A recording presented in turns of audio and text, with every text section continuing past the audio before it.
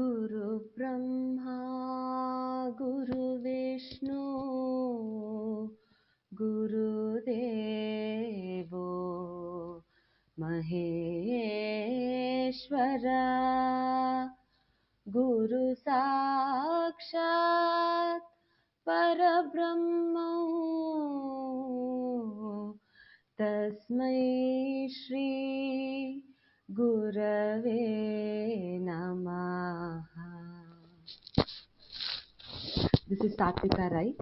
Namaste and welcome to the National Dance Discourse on Trends Today, organized by Sridevi Nrithya Kendra and hosted by Dr. Arati Shetty on the auspicious occasion of the 88th birth anniversary of my grandmother and guru, late Srimati Jayalakshmi Alva. Over to my mother, Dr. Arati Shetty. Good evening and a warm welcome to this national discourse on dance trends today. I am Dr. Aarti Shetty, the host and director of Sridevi Nritya Kendra, a cosmopolitan institution completely devoted to the development of fine arts, propagating Bharatanatyam in its pristine form. It has a short and interesting history, started as Chittambalam Dance Center in Bombay to Sridevi Nritya Kendra in Bangalore. The journey of more than 62 years has produced stalwarts in the field of dance, some of whom are today's invited speakers. Nityotsava, an annual event, is celebrated on October 25th each year to commemorate the birth anniversary of Sridevi Nritya Kendra's founder guru, late Srimati Jayalakshmi Alva, the first disciple of Padma Shri Dandayatapani Pillai. The Shanthala Awardee Guru late Srimati Jayalakshmi Alva's contribution to this art form spanning over 6 decades is immeasurable. She was an embodiment of simplicity and humility. With her passing, an era has come to an end, wrote Professor Ashish Mohan Khokar, the moderator of today's discourse. Time has flown by and she is not with us, but she continues to live in our hearts. Pandemic did not deter artists like us from performing. Instead, we found new ways of expressing and celebrating art through the virtual platform. Nityotsava 2021 brings a new ray of hope to all the artists and art lovers across the globe with a discourse on dance from eminent artists and experts from the field of Manipuri, Bharatnatyam, Odissi, Kathak, Kathakali, Kuchipudi, Satriya, Mohiniyattam, and modern dance. From Sridevi Nritya Kendra, Bangalore, a warm welcome to all the invited dance artists and experts from across the country. We have with us Dr.Sonal Mansingh, Dr. Padma Subrahmanyam, Guru Darshana Jhaveri, Guru Shama Bhate, Guru Meera Das, Guru K. Suresh, Mrs. Ranee Kumar, Guru Gopika Verma, Guru Shirodiya Saikia, Ms. Anita Ratnam. A warm welcome to Professor Ashish Mohan Khokar, art historian, biographer, art critic, curator, scholar, author, editor of Attendance, India's only yearbook on dance. The moderator of today's National Dance Discourse, Trends Today. Over to Professor Ashish Mohan Khokar. It's a privilege and honor to have all of you on board, especially so many of the eminent stars of each form that could come with us. They're also with us to take us through this leading light of what is happening in the dance field today as a stock taking, as an awareness, as a pointer to what this generation has learned from the one before and what it will pass on to the future. In this case, we are privileged to have in each form very senior gurus, experts and practitioners. And I feel honored that all the forms are represented by someone who has dedicated a whole life to this purpose of that art form. We have Dr.Sonal Mansingh, the one and only for the inaugural address. And although we know her as an Odissi artist, she also is a very renowned Bharatanatyam artist. a complete cultural icon who knows scriptures, shastras, music, cultural laws, and more. We have the academician par excellence. We have the creator of a whole genre, Bharatanatyam. So she represents Bharatanatyam too in this segment, Dr. Padma Subrahmanyam, who brings to us the scholarly inputs we all need to understand the study of what is past, what is present, and what is future. We, of course, have the pioneers of a field like Manipuri, the Darshana, the Jhaveri sisters, and we're very, very happy and lucky that today we have Darshana Ben with us. We have Guru Shama Bhate for Kathak. We have Meera Dasji for Odissi. We have Ranee Kumar ji for Kuchipudi. We have Otan artist Kalamandam Suresh also representing Kadakali, all the way from Abu Dhabi, and from USA we're joined by Ratnam, the one and only, very modern mind to take us to what is happening in Indian dance worldwide. She joins us from USA. Thank you for being awake at this odd hour and looking splendid as ever, all of you, even if I'm not looking my best today, but we try. Art ultimately is bigger than us. We are all artists.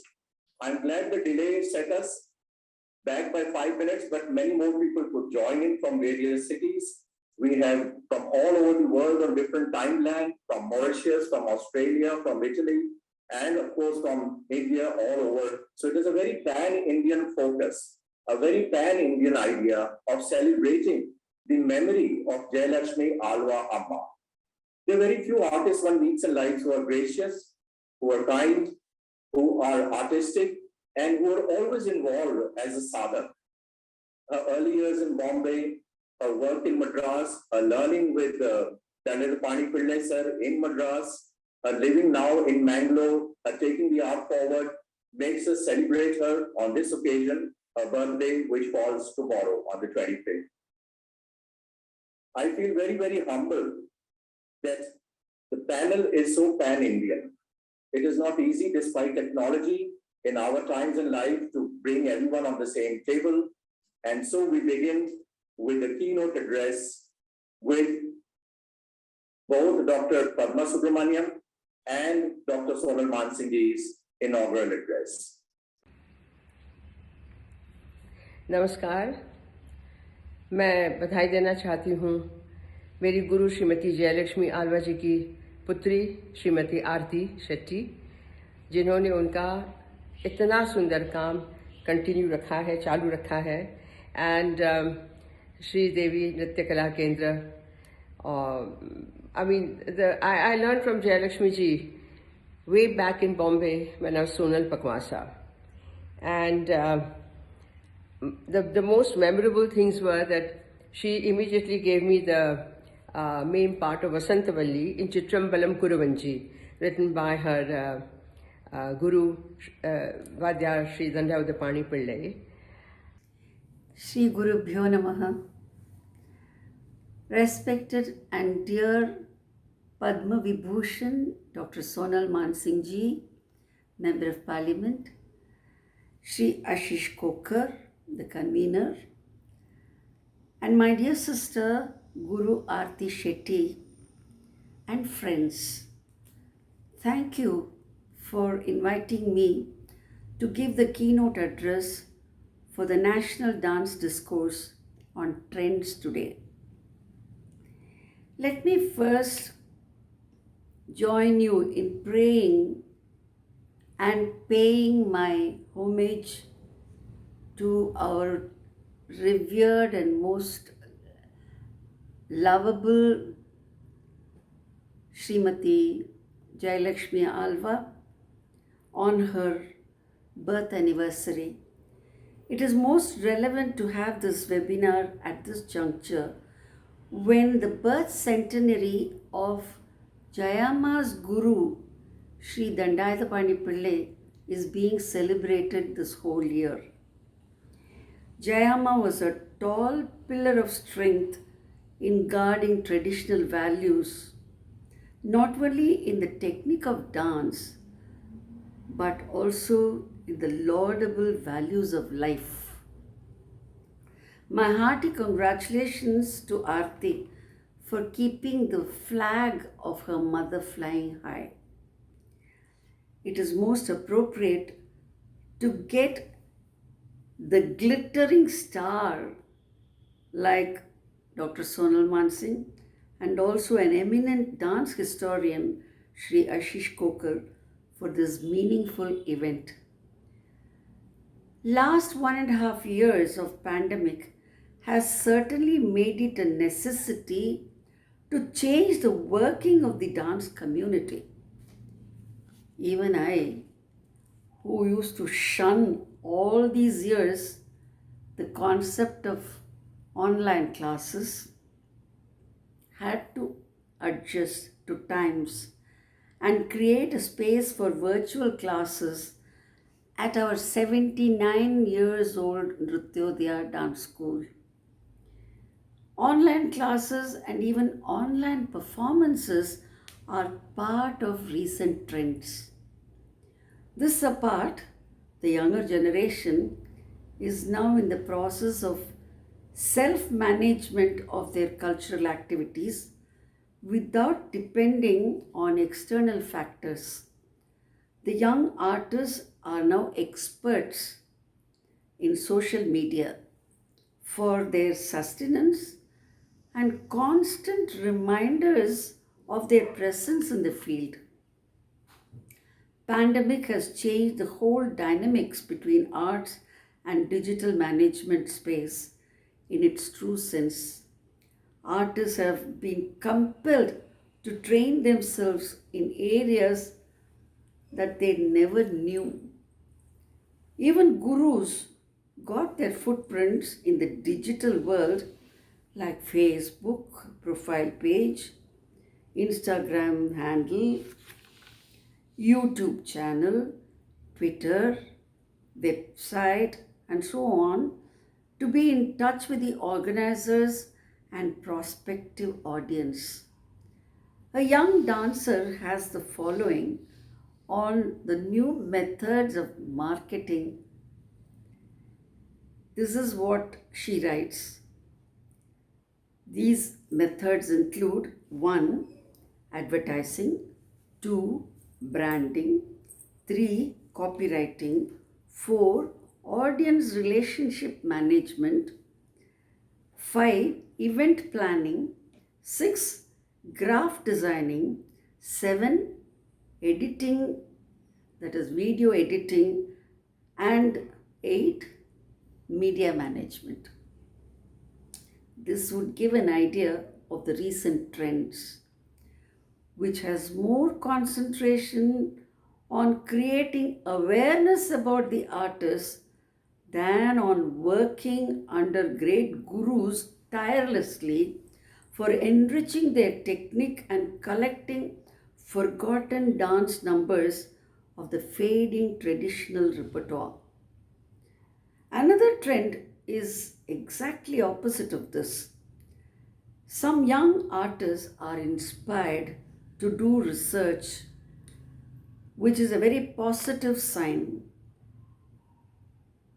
This is to be encouraged. If talent, inquisitiveness, and passion can be balanced with the crushing of ego, it would be ideal for true progress. I wish the seminar great success. Thank you. Thank you so much, Padma. May we now have the next main speaker, and that is our own very, very major influence. Imagine Bombay of the 1950s. Imagine Manipuri as a form which has not come out except for one great guru who brought it. From Manipur all the way to Bombay, to famed sisters who became pioneers in a form, who took it forward. They made Manipuri a household name long before we even thought of all these forms as mainstream. We are privileged and happy and honored that Darshana Jhaveri is with us from Mumbai, Amchi, and is able to bless us. We need to hear from you. What was Manipuri when you all started, and where is it today? सबसे बड़ा spectrum आपका है कि मणिपुरी कहाँ से कहाँ पहुँच गया. Please bless us with your words of wisdom. Namaskar, Padma ji, Ashish ji, Dr. Aarti Shetty, and all the eminent dancers, gurus. I'm extremely happy that Dr. Aarti Shetty has thought of arranging webinar to aptly pay tribute to her mother, Guru Jayalakshmi Alva, on her birth anniversary today. I feel fortunate to have come in very close contact with such a warm, knowledgeable Bharatanatyam guru, dancer, teacher, choreographer, Srimati Jayalakshmi Alva. Myself, being the youngest of 4 Jhaveri sisters, have specialized in Manipuri dance since 50s under the able guidance of Guru Bipin Singh. From the beginning, our dance activities have been research-oriented. Along with learning dance from Guru Bipin Singh, we used to study Shastras, ancient and Vaishnavite Sangeet Shastras. We collected and recorded the oral tradition of dance and music of the two traditionally highly developed dance forms of Ras Leelas, the dance dramas, and Sankirtan, having dances with drum and kartal, the cymbals, big cymbals, from innumerable gurus of Manipur. We correlated the oral tradition with the Shastras, underlined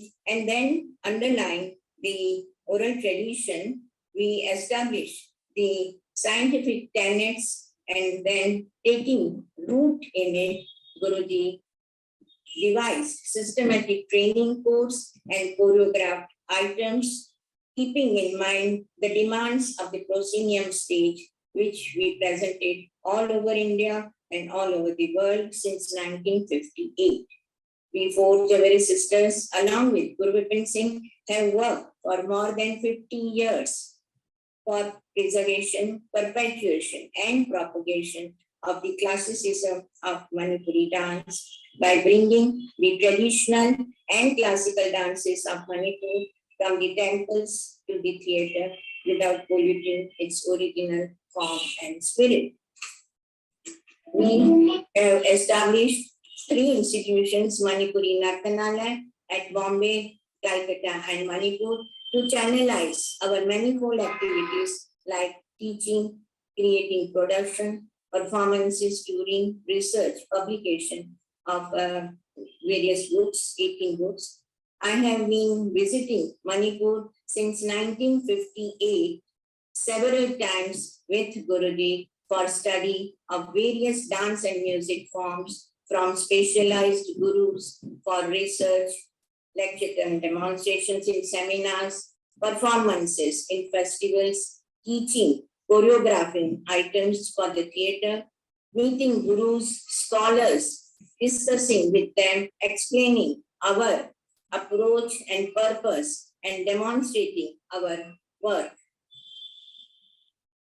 The experience of watching highly aesthetic performances in the devotional temple atmosphere every time gives me feeling of higher joy and elevate my soul. Such constant visits to Manipur, imbibing its culture, have continuously inspired me to freshen and rejuvenate my artistic pursuit. Thank you so much. Thank you so much, Darshana Ben. Thank you for taking us through this. It would be good now if we fast track. We had little leeway and license for similarity of Darshana Ben, so we understood where Manipuri as a form was coming from.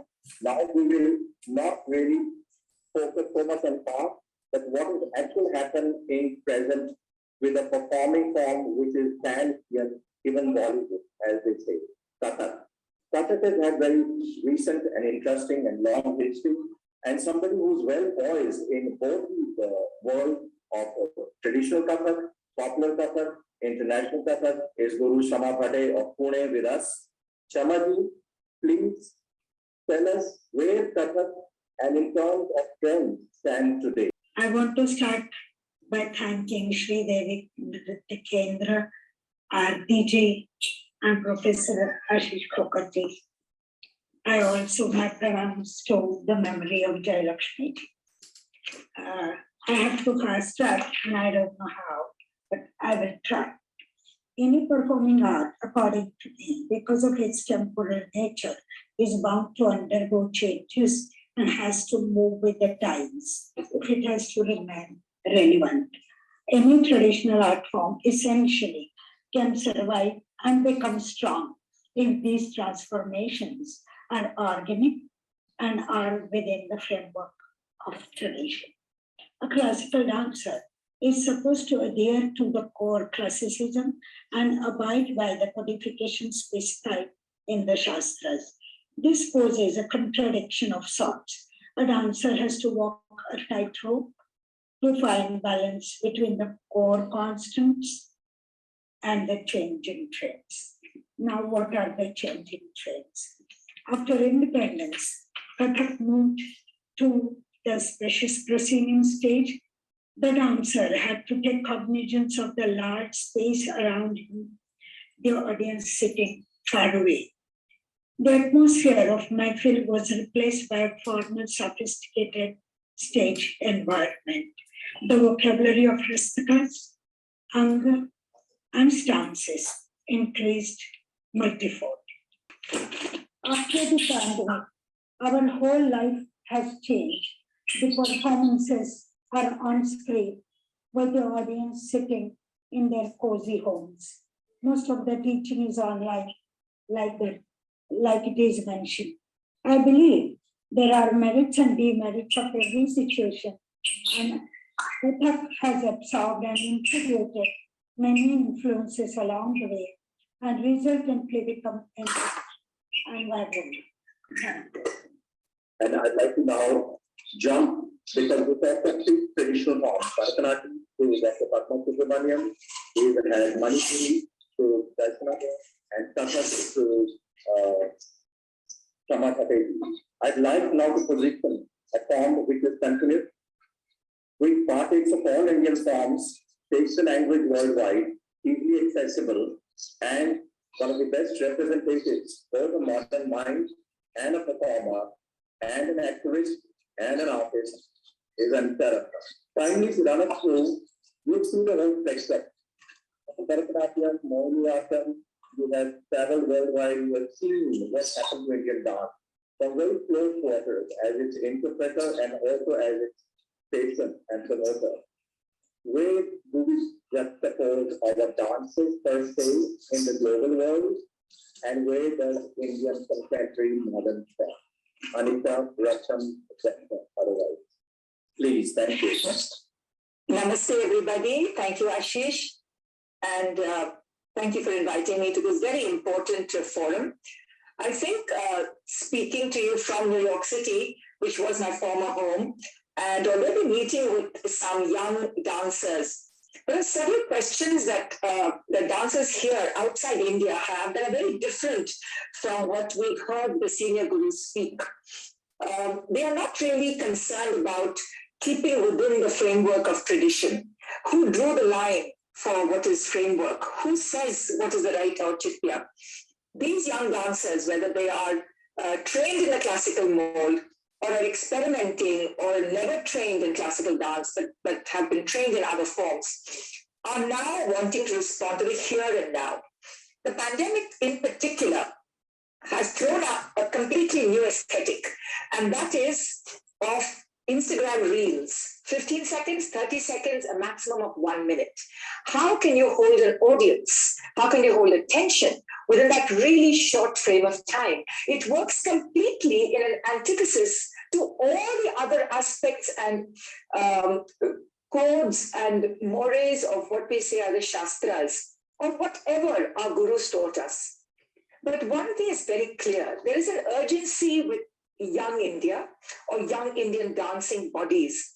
And there is an impatience of wanting to listen less and less to what either gurus tell you or like parents tell you.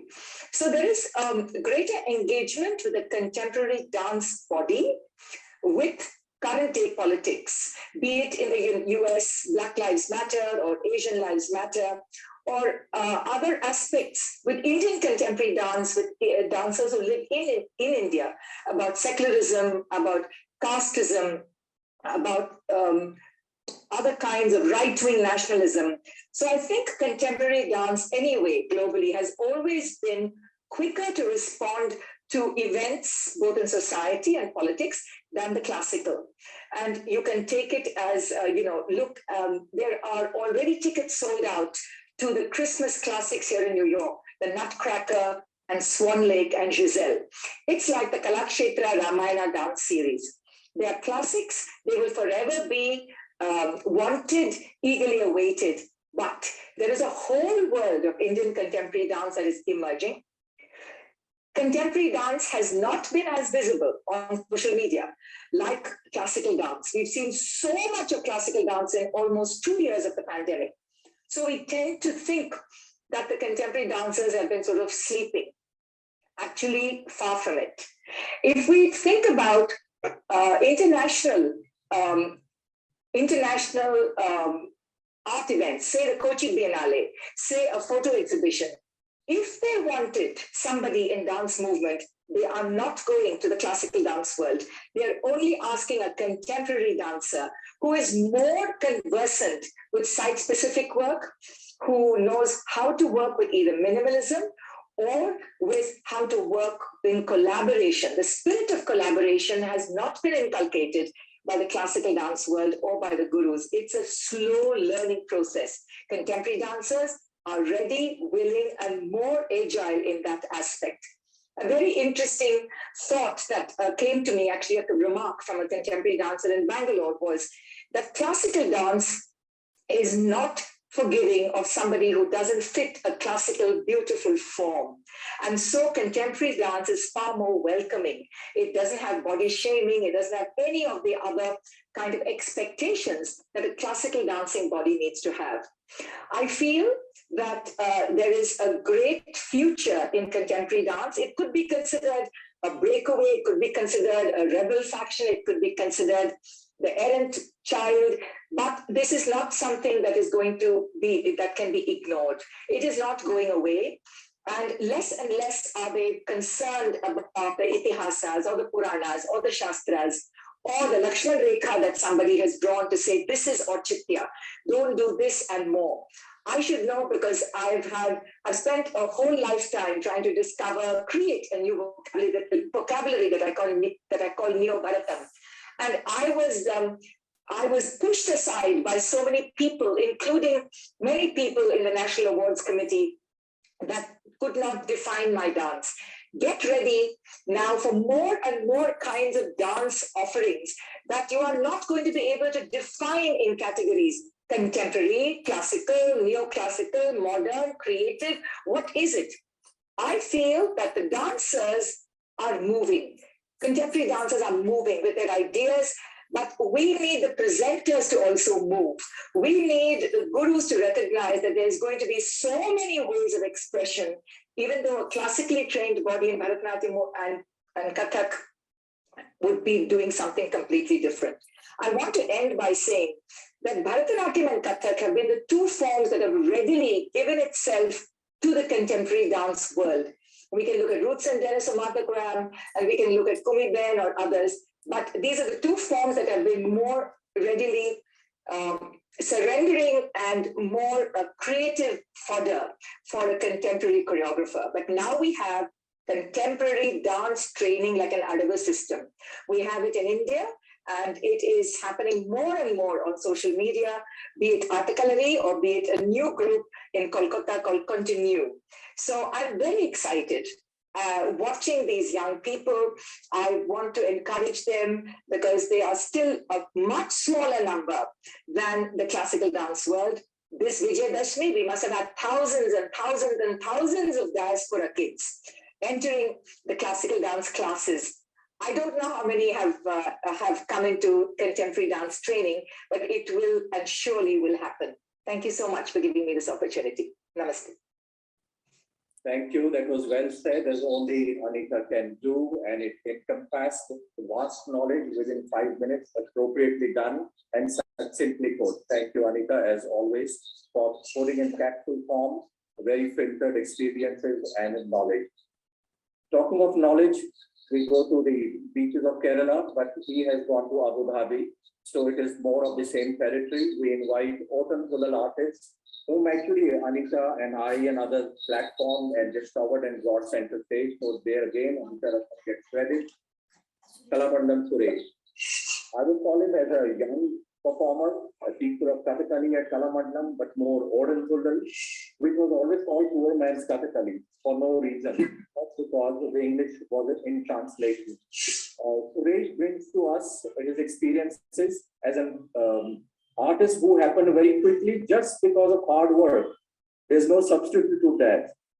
You can be on all social medias as we have young generation today, but first you must have hard work behind it too. Be visible worldwide, and Suresh Kalamandalam is a very good example. May I invite him. He's in Abu Dhabi, so there's some time difference, but very kindly, Suresh ji agreed to be with us today and to share with us where Kathakali, which is a group art form, essentially cannot be performed really solo as a partner, and Otan Kullal, which bases itself on more parody and entertainment for the masses.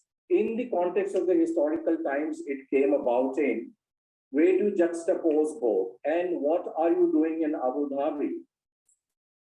Teaching Otan Kullal in the theatre department? Thank you, HSG. Thank you, Ardi ma'am, for this great opportunity to share this eminent panel of gurus and senior expert in Indian dance scenario. Very quickly, as fast as I can, I will take my turn. I just need to have a few words about the Kalamandalam, which I belongs to. Kalamandalam, founded in 1930 by renowned poet Padma Bhushan Vallathol Narayanan and his close associate Manakkulam Mukundaraja under the patronage of Khokar Karnopal. The name Kalamandalam came to be recognized the world over and registered on the international cultural map as a symbol of excellence. The training system essentially adheres to the ancient Gurukula Sampradaya, which is the traditional mode of education that emphasizes a deep bond between the teacher and student. Kathakali has borrowed generously from the extant form of classical, folk, and ritual arts. For its theatrical content, Kathakali owes a lot to Kudiyatam, the sole surviving Sanskrit theatre tradition in India. For its intriguing and colorful makeup and costume, Kathakali is highly indebted to Kalamiluthu, the floral drawing in the Bhagavati temples, Teyyam and Mudiyate, the folk ritual tradition. The body exercise in this dance theatre tradition are an adaptation from Kalaripayattu, traditional martial art of Kerala. The vocal and instrument music of Kathakali is a definitive inspiration from the indigenous singing and drumming tradition in temples. Kathakali is till date the most dynamic of all the traditional art forms, which primarily lie in its capacity and flexibility to gather influences from the extant classical, folk, and ritual heritages. Tullal actually derived from Kathakali's influence in the 18th century early as a new form of stage play by an eminent Malayalam poet, Kunchan Nambiar. It's a solo, dance, traditional, theatre, storytelling performance. It has three broad classifications: Otten, Sheetankan, and Parayan. The iconic Kathakali musicians who rose in the 1960s to 80s owned a style that sought to convey to one-to-one intimacy with each listener. But now it's got diluted, and today it is more of a rendition that goes smooth throughout the show, but seldom turns out to be an individualistic expression. I hope the new performing art choreographies, there are so many happens in Kathakali, Kudiyatam and Tullal, but it deserves more stages as good experiments. The new performing art choreographies in these performing arts, they have not always been accepted. The experiments have been faced by the quintessential question: is it a Kathakali, or is it a Kudiyatam, or is it a Tullal? The modes of viewing have also been influenced by the political consciousness that is omnipresent in Kerala, which has been formulated by a certain framework for aesthetic discourse. A new generation of artists like us, we face a problem. It's we are keep creating new performances, new choreographies, and we try to find a balance between the tradition and modernity, each in their unique way.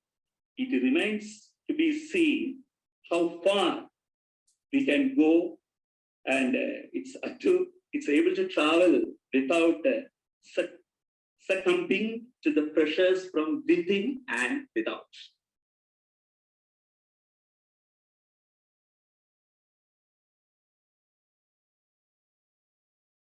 I have a great concern for me regarding the future of Kalamandalam training, even though it aims at fostering a vibrant culture of theatrical and practical research on the culture and performing arts. Unfortunately, no serious works is happening in that area.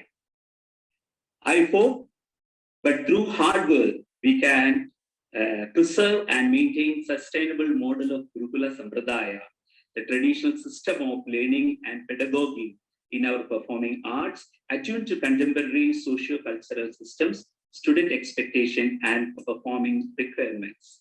I see a trend of a blend of digital and offline engagement in performing arts in the coming years. Even in Kalamandalam, for dance education, now we started using digital medium. I think technology, innovation, and collaboration will lead to the way in the coming years. New platforms, mediums will gain prominence. We all know because of this pandemic, we are all forced to postpone our live on ground performance indefinitely. As an alternative, we all may turn to virtual performances, but the experience created online will define the popularity and whether it can attract or hold the audience in the long run. Thank you, Ajit.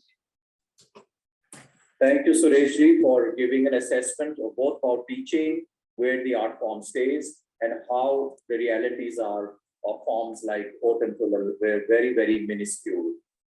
A Melam tradition like Kathakali, Yakshagana, Karnataka, or from Kuchipudi, which was a Melam tradition, is always subject to more changes because now more soloists are doing it.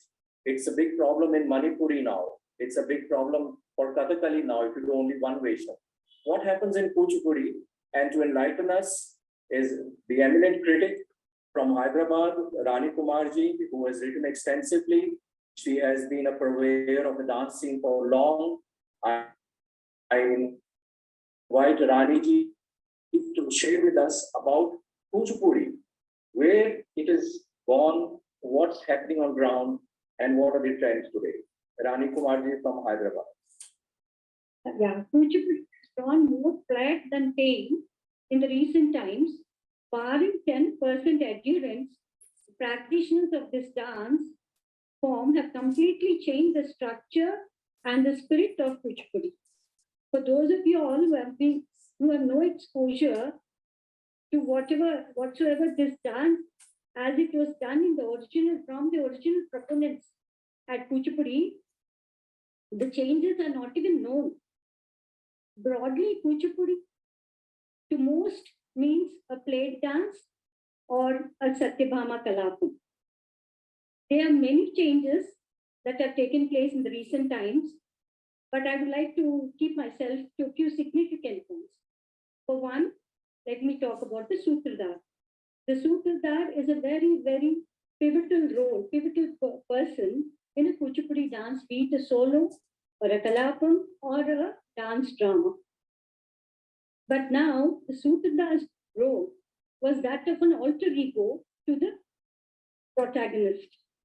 Instead of that, today, the Sutradhar is made to sit on with the orchestra and he becomes something like a joker.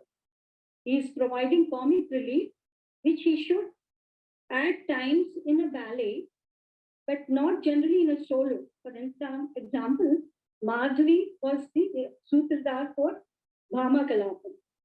Madhavi's role is as an alter ego, what all Bhama is trying to hide. So, but that Madhavi has become some sort of a Saki for Bhama, and that's how she's portrayed in the recent times. And the Sutradhar has to be an excellent dancer. Nowadays, Sutradhars are no longer dancers. Anybody gets onto the stage who is a companion to the protagonist or something like that, and it's the role is totally devoid of the spirit.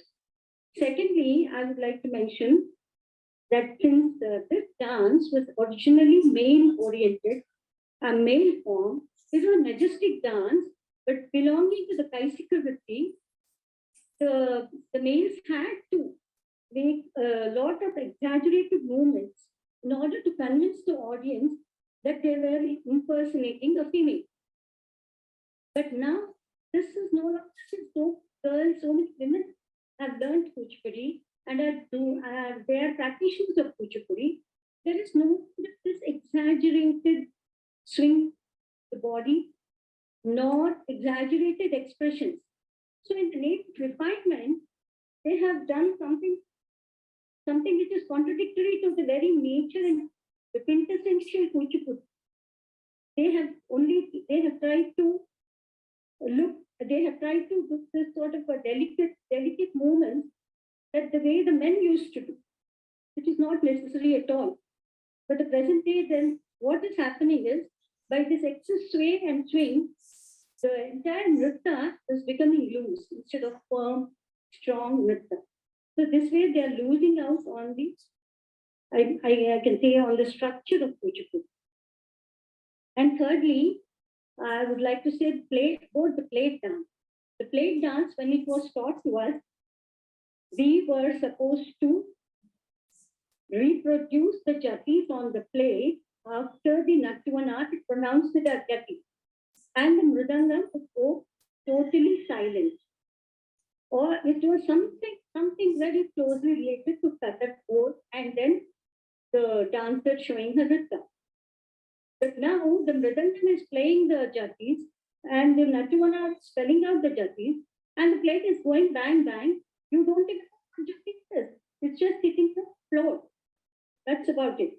But since nobody knows this is how it was done, most people are happy with the balancing effort of the artist. And fourthly, I would like to talk about the shabdams. Every Kuchipudi solo or ballet used to have a shabdam after every verse. Now the shabdams are gone totally out of vogue. And therefore, that's the reason why in the present times, many feel that Kuchipudi is in between Bharatanatyam and Odissi for its sway and Bharatanatyam for its straight lines. It's neither. Kuchipudi had its own original form and it was derived out of drama. Drama is soul. So when you derive it out of drama, there should be some mythic element in the whole dance, be it solo, be it anything else. This is losing totally. This is a totally out of track. And then I thought, this is something which can invite a lot of controversy, since there were only males who were dancing for a number of years, number of decades. They had to, especially in ballet, they had to impersonate a female. And in a solo, 1-2 males were chosen. Like for Bhama, it was always Vedantam Satyanarayana was chosen to represent Bhama in a female personification. Now there are umpteen females all over the world who are doing Kuchipudi, who have learned Kuchipudi. What is the need for a boy to impersonate and dance a female? Dance like a female. He can dance like a man. And if at all there's female impersonation is a part of Kuchipudi and he would like to show the tradition, then it should be totally academic, not on the stage performance. This is what, as a critic, I feel so. And then the drama element, what is happening is, in the Abhinaya, the present generation is only taking the line of the words for a Jhaveri, for instance, a line of the words, like I should say,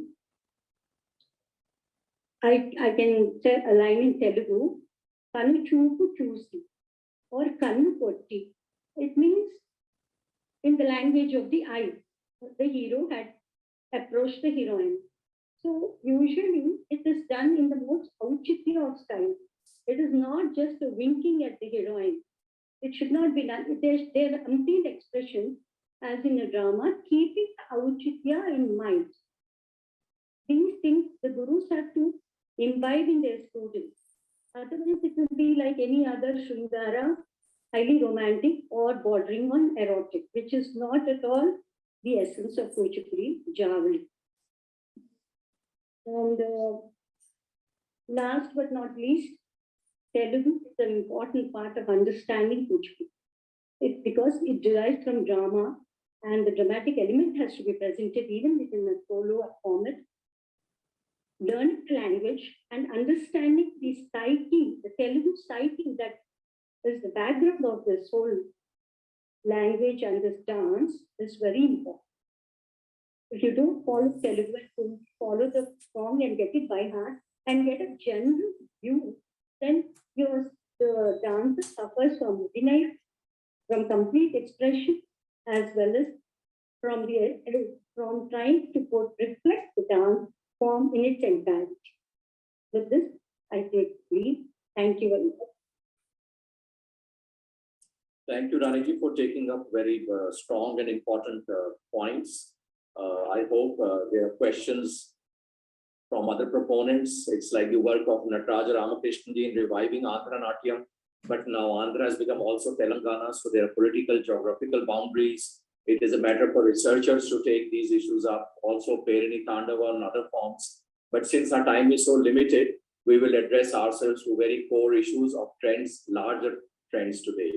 We invite Odissi as a form, and we invite Meera Dasji, who brings a new beauty and aesthetics to group work, to solo works. She has seen Odissi involved through her guru's art, all the gurus in Odisha, as a form which has been shown and taken worldwide now, very popular. So maybe invite Meera Dasji to kindly share with us the overview and what are the main trends that concern a practitioner. My pranam to all senior gurus, and I feel really privileged and blessed to be here, at least listening to so many good things about Indian classical dance. I feel fortunate that I'm here, and I feel blessed that I would also given a chance to share my experience in my 37, 38 years. As the subject says, trends. So I have something like thought of saying about the trends, that I feel change is constant and universal, and we all accept that. We all know that.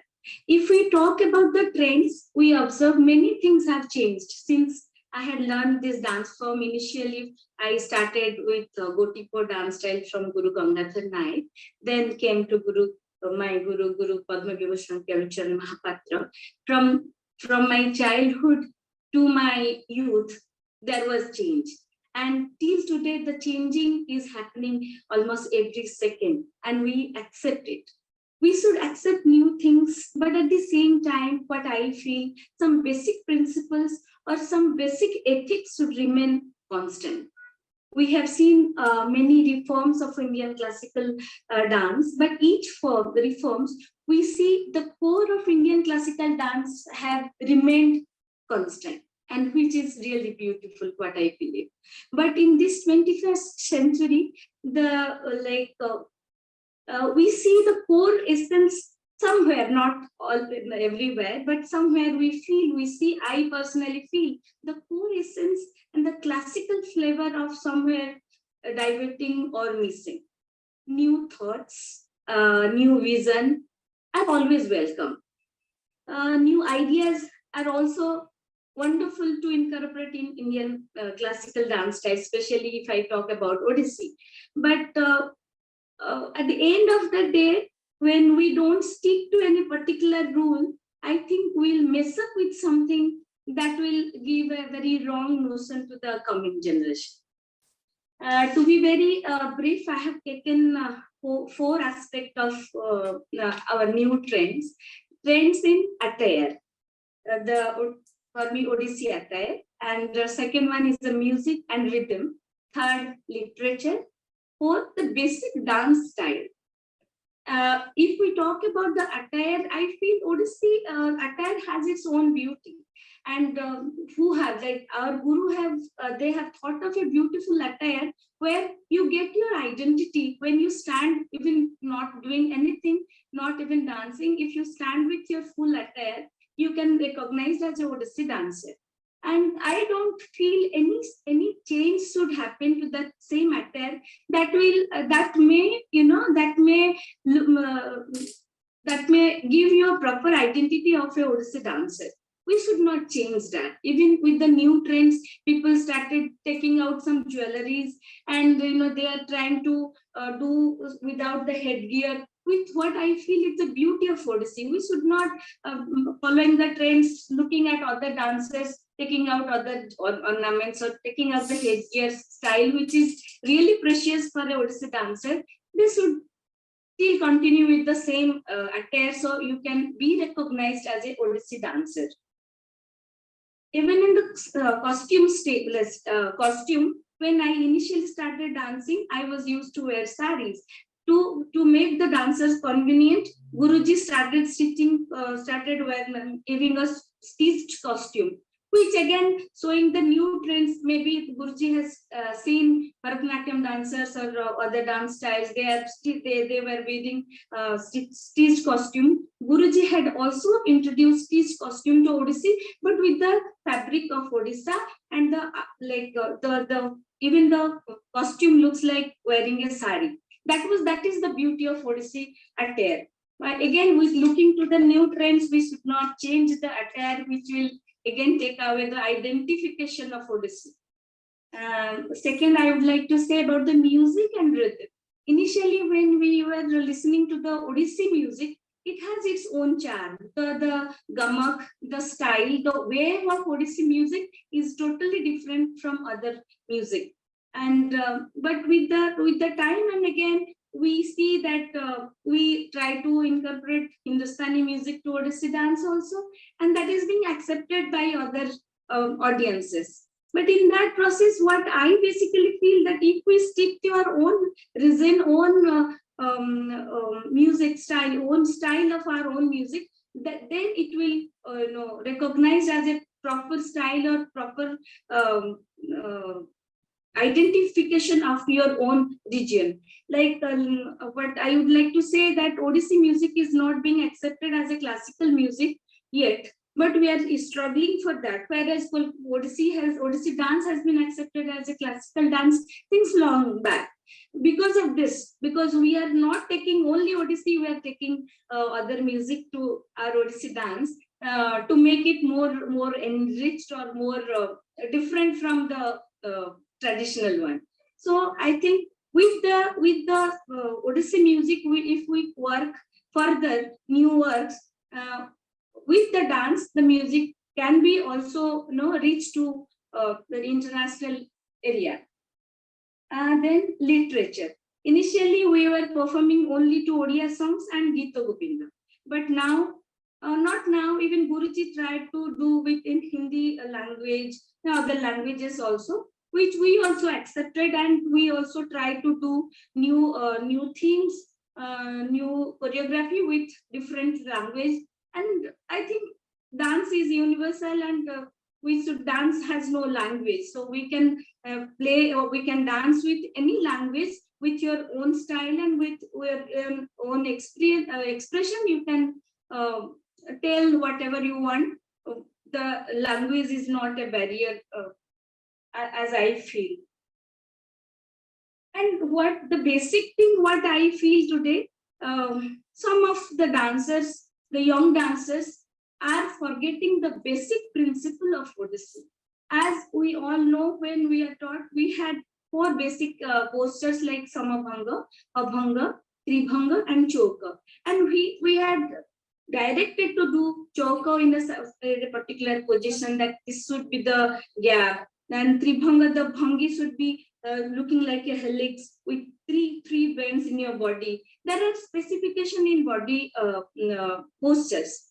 But with seeing the trends, seeing the young dancers, I feel sometimes very scared that we should not lose our basic styles, which was introduced to us, to our guru. Choka has to be Choka, Tribhanga has to be Tribhanga, and particularly my previous speakers who said that,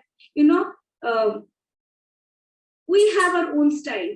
Odissi is popular for its lalitya. We should not miss out that lalitya. What I feel, seeing other dancers, seeing contemporary dancers, Odissi dancers are also incorporating contemporary movement into Odissi, which really scares me. And I honestly feel doing new things, accepting new trends is always welcome, but at the same time, keeping the core, keeping the style, keeping the basic intact. If you reach people with newness or new thing, that should be more welcome. And at the same time, we would respect our tradition, our root, our core strength of our own origin. I think that's all I wanted to say about. Thank you. Thank you. We need hope, as someone says. We need something for new India to take it forward. And after this whole survey of India, we take you to two very languorous forms that lilt and tilt towards the other world. We bring to you, of course, the Mohiniyattam of Kerala, and who better to speak about the form than Gopika Varmaji, who has put a lifetime to learning, propagating, and sharing this art. Gopika, we need to know from you, as a soloist, as a person teaching, as a person who has propounded this art form and done much for its popularization, what is your main concern today? And once you said these are all new India is learning items. And to do a margam properly, you need stamina, at least 2 hours, at least 1 hour. So I remember that when you said item girls or item boys, it is not derogatory. It just means what are we teaching and what is the form becoming. And in Mohiniyattam, you feel, as in many other solo traditions, even if you use students in group works, what is the main concern and trend today? Gopika Varmaji, please. Namaste to all the gurus present here, eminent gurus and my friends. I will quickly go into the subject. Mohiniyattam has taken a great journey from Maharaja Swati Thirunal to today. Maharaja wrote when he revived Mohiniyattam, he wrote specially for Krutis for Mohiniyattam, Jhaveris, Padams, Tillanas, but it all had the flavor of Bharatanatyam because Tanjore portraits came to Travancore, and it was with their help Maharaja revived Mohiniyattam. And then from Maharaja to Vallatol, Kalamandalam, and my guru, Kalamandalam Kalyanikuttima teacher, the mother of Mohiniyattam, she systemized Mohiniyattam. She made a system for Mohiniyattam, and from her, I started learning in 1980. I learned directly from her, one of my greatest blessings. But when I learned at that point, the costume, the adavus, all were different because we had plait. We used to do our hair long plait and a white sari. From there, we have come to the side bun, and costume has taken a long. It has changed, evolved a lot. I won't say changed, but evolved. As in other styles, we also started using tailored costume.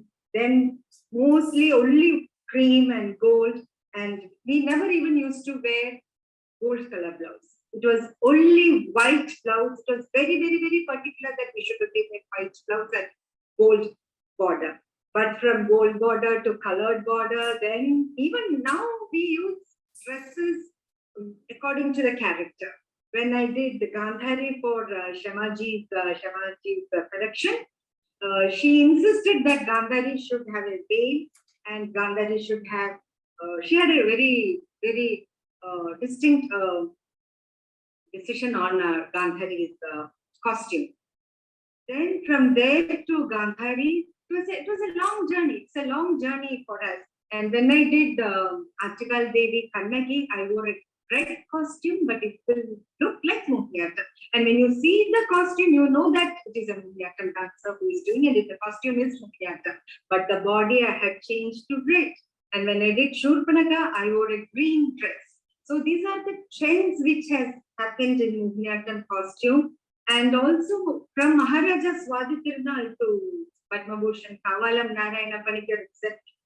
Earlier, when I started learning Mohiniyattam, we only used Kavalam, no, we only used Maharaja's Shrutis and Eminent and Kalyanamukhi. From there, now we have so much. We have even started using contemporary poets. G. Shankarapur, we have used K.C. Keshavapna, we have used them. I have danced even Tagore. I have done Tagore. Now, recently we did a workshop for Tamrapatra series on Annamachari. Annamachari is produced. So, Sangham literature, Kulashekara Alva. So, the vocabulary has become very, very enlarged vocabulary, and we do Ashtapatis and Dr. Padma Bhushan Kavalam Narayana Panikar, he created a new style called Sopana Sangeetam, which has incorporated into Mohiniyattam, and the Sopanam style, which uses the Desi form, Desi talams and indigenous talams in Mohiniyattam and indigenous ragas, Kerala ragas for Mohiniyattam. Because when Maharaja Swati Tirunal revived Mohiniyattam, he used Karnataka because of Tanjore courtships. He wrote Sumasayaka in Suddhakapi and like that. So it was only Karnataka Sangeetam which was used, and now Sopana Sangeetam is very, very, very popular in Mohiniyattam. Even the talas are very, very popular in Mohiniyattam. And when I started learning, we had only 30 adavus, which was systemized by my guru, Kallamandalam Kalyanapitya, my teacher, and that 30 adavus. And today, in my dance school, we teach about 128 adavus, which was expanded from this 30 adavus. We have expanded to 128 adavus. And again, when we started, we didn't have much academic support. We did the mudras, but Vinayogams were not learned by Mohiniyattam dancers. But later on, Hastalakshana Deepika, we did the mudras from Hastalakshana Deepika, but Vinayogams were not taught anywhere.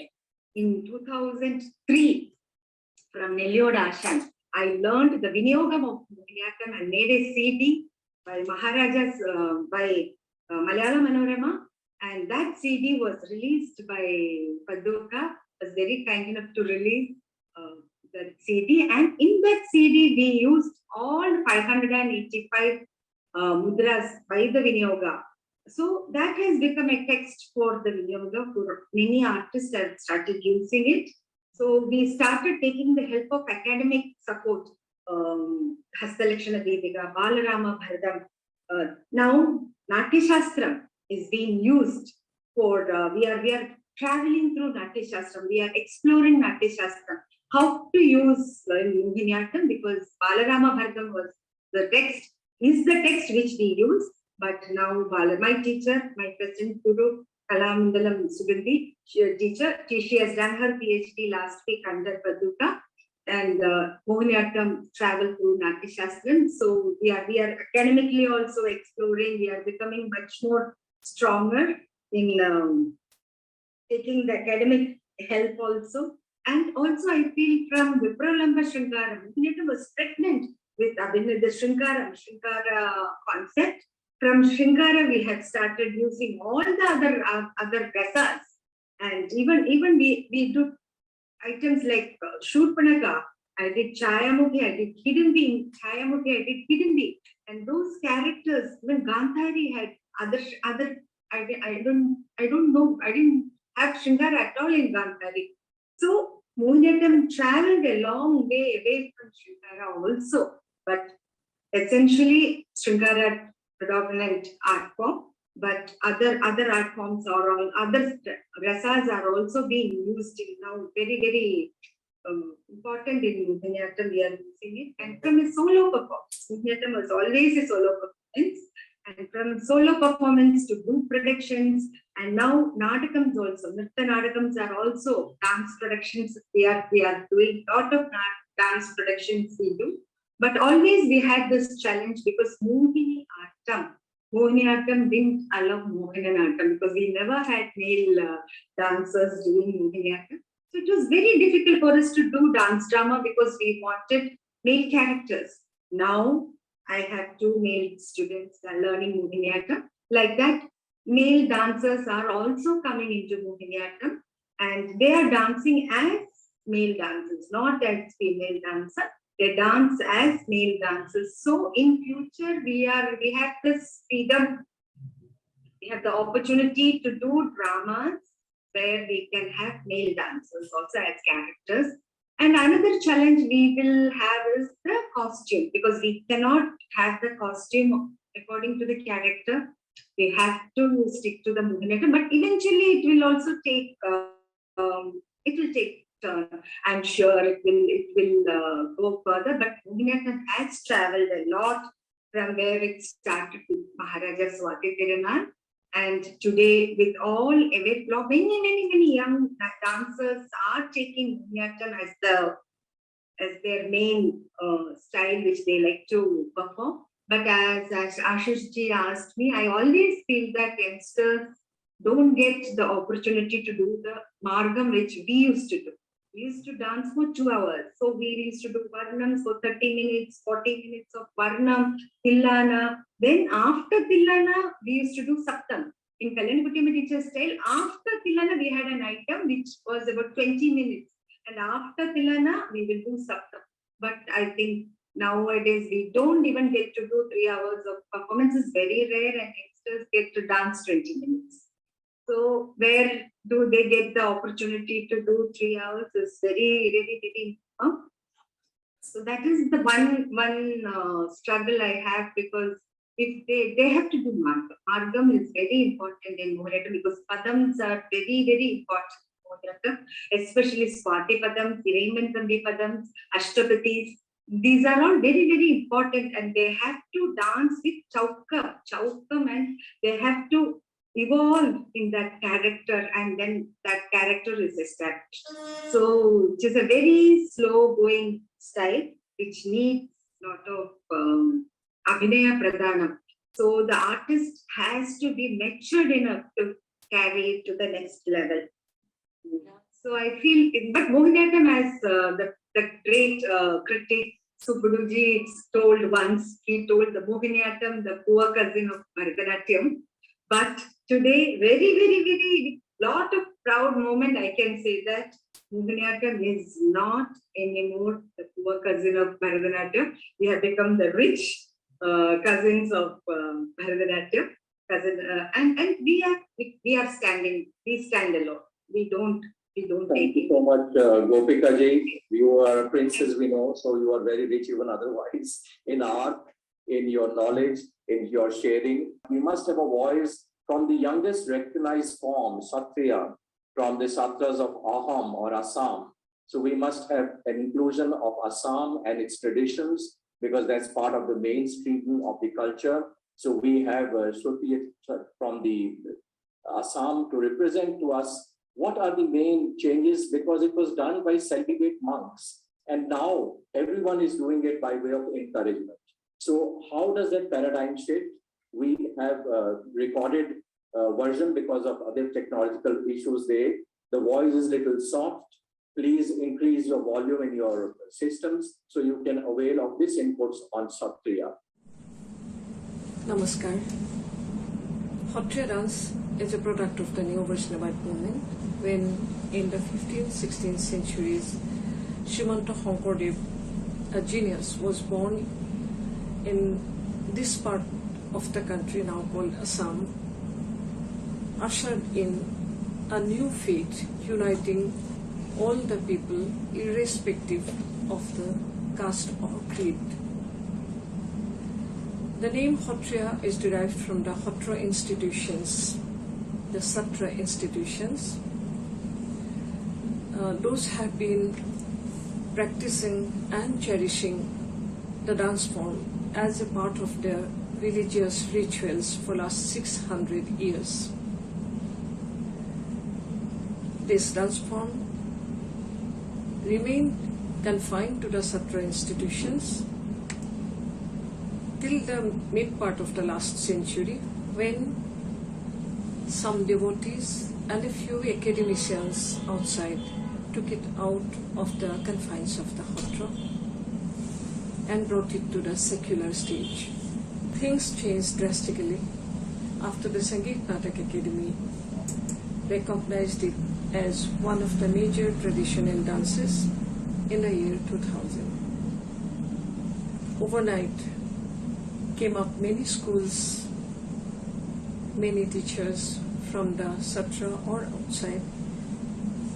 The parents, the guardians became aware of our dance form, and the number of students increased to many students came up. Now there are many young dancers performing with the patronization of the Sangeet Natak Academy and other agencies. The repertoire got enriched by the addition of extensive abhinaya in the Geet portion. The haryo been made performer friendly. Accompanying musicians have been taught, and the masses, the rasikas, became aware of it, became interested in the dance form. However, quality-wise, it is seen that the Nrit part, the pure dance part, has been marginalized in certain places, and Abhinaya taking the center stage. The Nrit part, which is the identity of a dance style that is to be kept intact, that is what I have been saying all along. In the Abhinaya also, so many experimentations are going on that sometimes the essence of the dance form is marred. Otherwise, the enthusiasm of the students, the teachers, and also the audience are something to take note of. The research work going on in this area is also noteworthy, and we look forward to a better tomorrow with more dancers taking it up seriously. But at the same time, it is felt that a review of the status, the situation, needs to be done today itself. Namaskar. I now have two very important questions which we must table. One is from Pune. He's a patron. I won't name him. He's 75. Says confirmed. He's genuine. He says everyone is doing abhinaya. No one is able to do technique these days. Neither the students can perform for 1 hour, nor do they have material. Would anyone like to take that up? Yes, I think these days we don't get that platform to perform for an hour, and because of that, the solo artists are kind of dying. we always people in festivals, they ask for a group program to elaborate to tell about a story. And if we get a proper platform, I think I teach my students with a basic principle that one to dance for an hour at least, from Mangalacharan to Moksha, sincerely. But unfortunately, we are not getting that scope. That is what I can say about. So, is it the audience ennui? Is boredom? Is it too much choice? Is it too many other forms of entertainment? Have we kept pace with the change in the desires and demands of the audience? After all, whom are we performing for is a question from audience. A few questions which has also come from Ravi Shankarji. He says, dance is so rich and diverse in culture. Why is it kept alive only by a handful of people in the country? That we know. Any classical art is not for the masses. For the masses, we have entertainment. It can be cricket, it can be gladiators, it can be IPL, or it can be television now, or many more OTT platforms. So that was the first part of the question of Ravi Shankarji. Why has it not taken off? Why is it not a paying profession? Can anyone answer? Why is it not a paying profession? If you think dancers are not paid, think of us writers. I wonder, where does the economics of it all comes from? So no one has ever asked us, how do writers survive? They always ask, how do dancers survive? I think only Saraswati's grace, we all survive. Lakshmi visits us once in a while. But why is it not a paying profession? These are questions which society is asking. It's not for today. We need to think about this because this needs another seminar, another focus. I will take you the last point which has turned up before I turn in the mic to anyone else who wishes to share some parting comments, very, very crisp and full of brevity, which is that this has been a 75-year journey of reviving our classical forms. This has also been a situation where we try to resuscitate, revitalize, reorganize, reformat our structures, say from Margam, which was taken from a bigger structure, or any of the others. So what do we do today that we have done in the past to take this to future? Many more people are learning. Many more people are earning by teaching. But there is a disconnect. Let's address that, please. Anita, would you like to address that? Because you straddle between the modern, the contemporary, the classical, the Shastric, the traditional, and what are definitions? Where is the disconnect? Yeah, I just want to be succinct in this. I think let's look at just two examples. Let's look at Chandralekha and let's look at Veena Pani Chawla. Chandralekha brought Kalari onto the Bharatanatyam body. What was the Bharatanatyam body? It was Rukmini Devi trained Kalakshetra Bharatanatyam bodies that she mounted her new ideas on. This is part of dance history that even Bharatanatyam dancers don't know. And so I think, look, if she didn't have the 12 Bharatanatyam bodies that she asked Rukmini Devi for, she wouldn't have the clay upon which to form her new ideas. Veena Pani Chawla, when she was creating her physical theatre style, she went back to the breadth of Kudiyatam. When Suresh is in Abu Dhabi teaching traditional movement, there's a huge interest now in going back to traditional ritual performance techniques. There's a huge interest. So I think that is possibly one of the ways in which today's young can actually look at how breath works, how the spine works, how physical theatre works, how Kathakali itself and Otam Tullal as examples actually activate the physical body, because the classical dance forms have all been about show and tell. You are just the vehicle, you are sort of the actor, you do one character, you turn, you become another character. You never really inhabit or really embody that character like theatre does. So while there is this universal lament of let's not lose this and let's keep this, the age dance style has shifted so far, especially during these 2 years.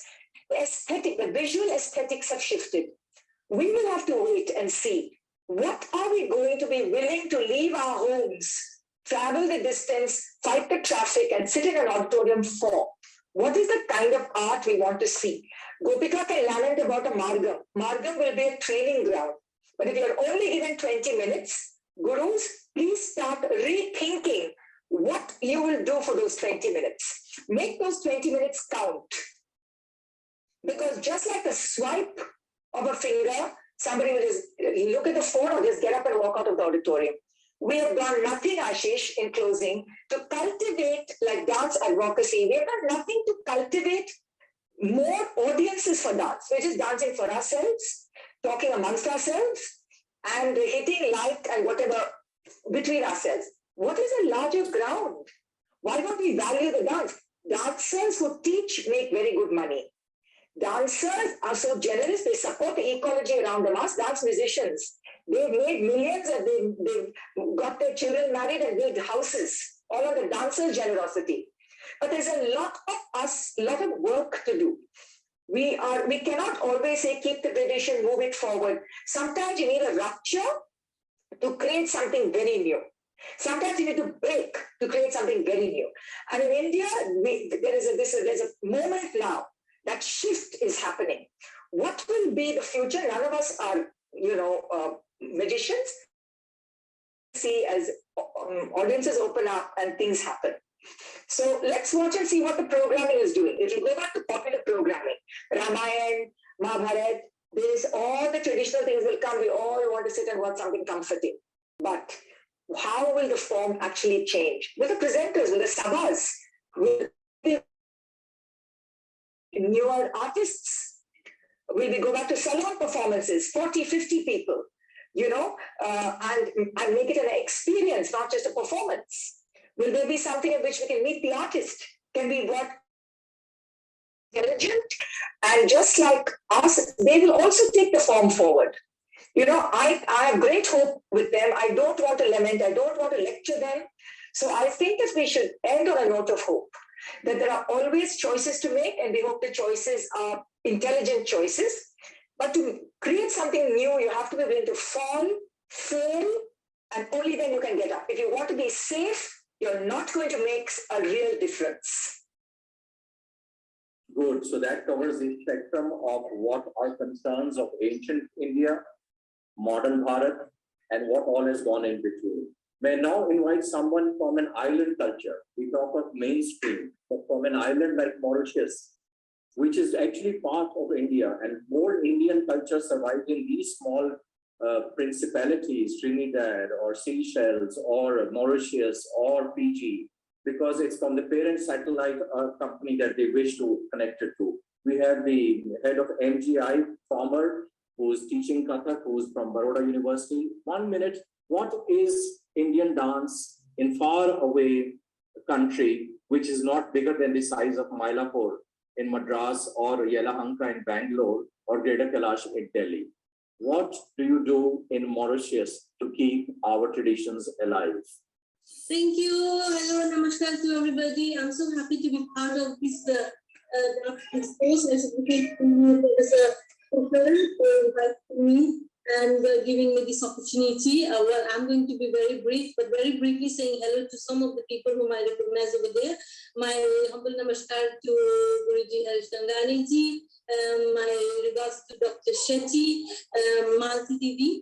And thank you very much for being well. In Mauritius, we are a very small island, as Professor Khokar said, but what we have from India, what we have got from India is very, very precious to us, and we really want to preserve it. I work in an institute where we are teaching Indian music and dance, and we are teaching 9 disciplines over there.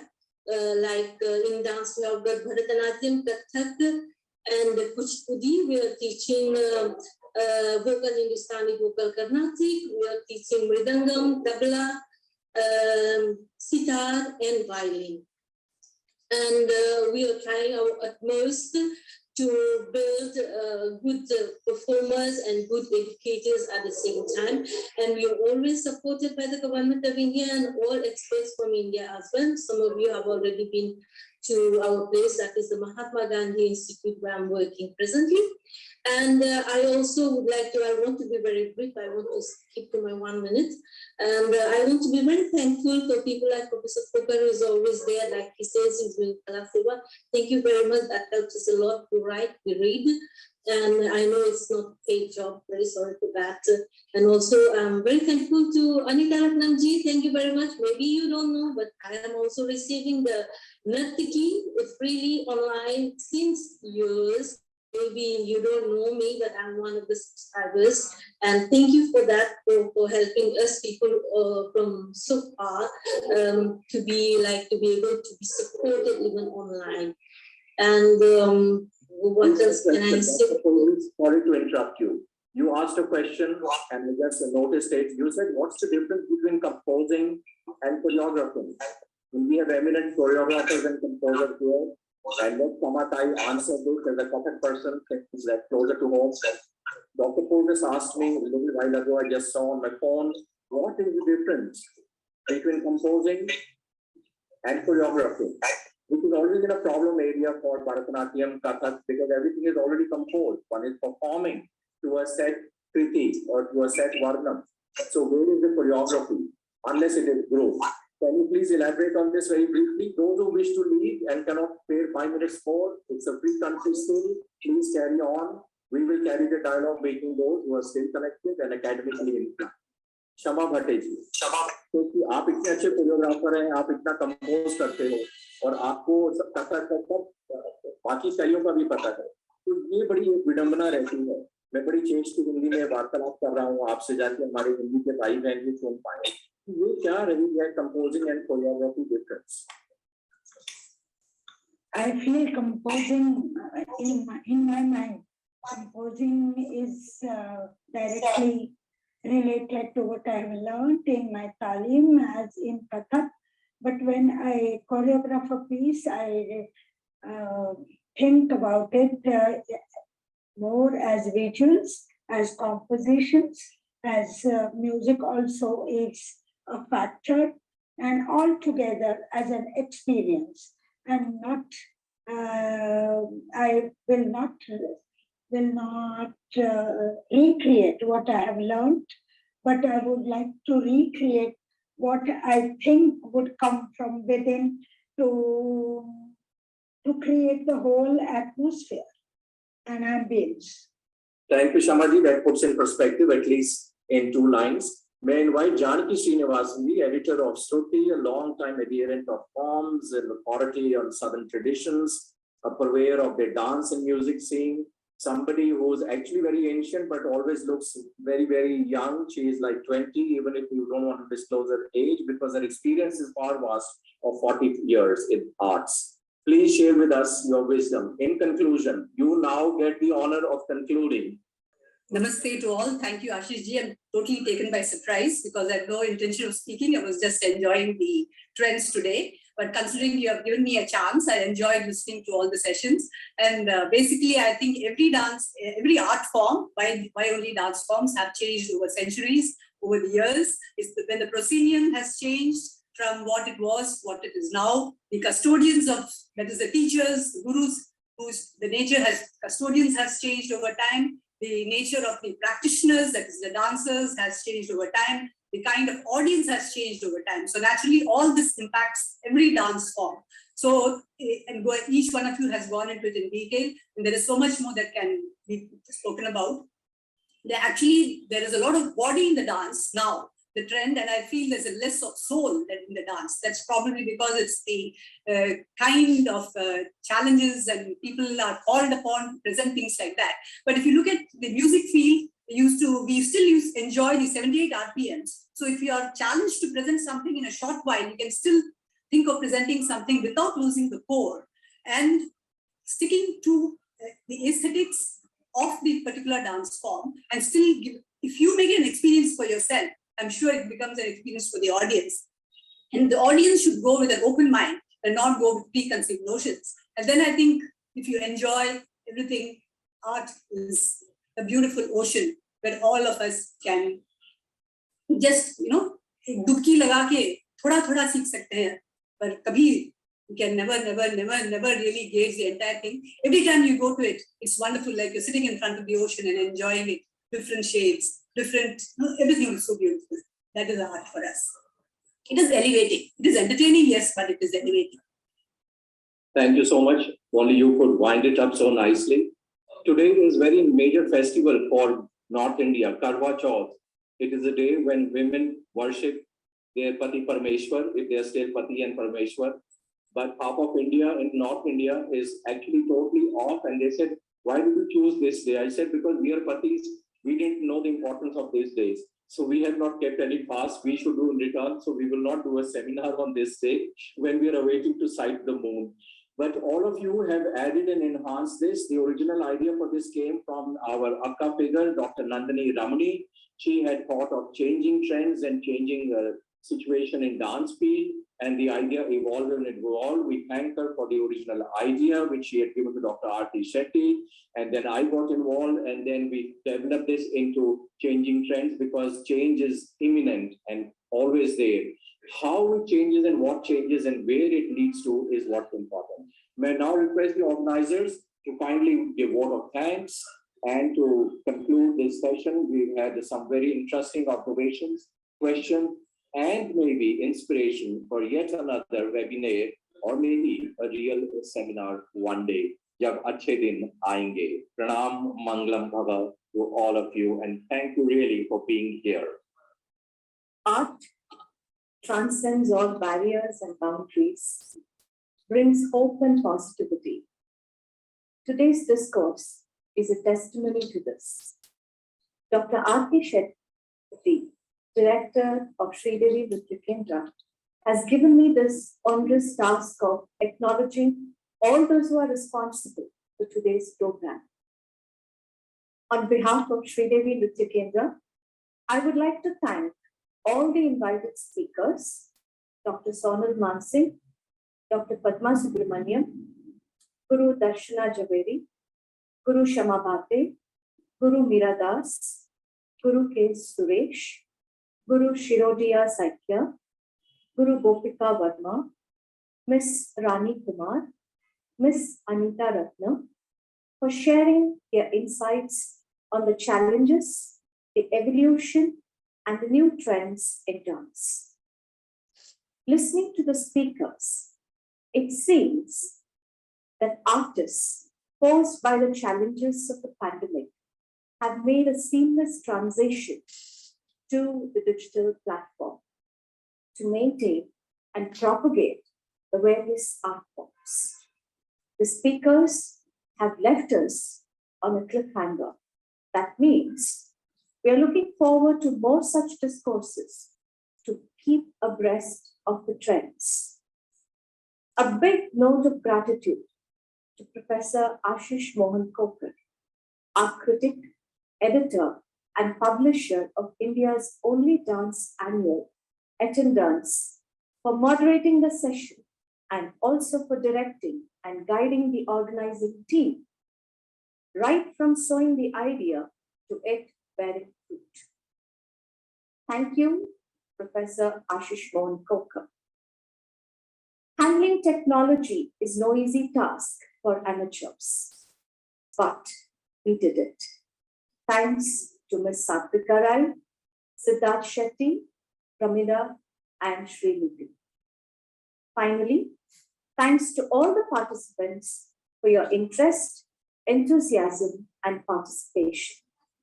We will keep you posted with more awe-inspiring programs. Stay safe, stay in touch. Thank you.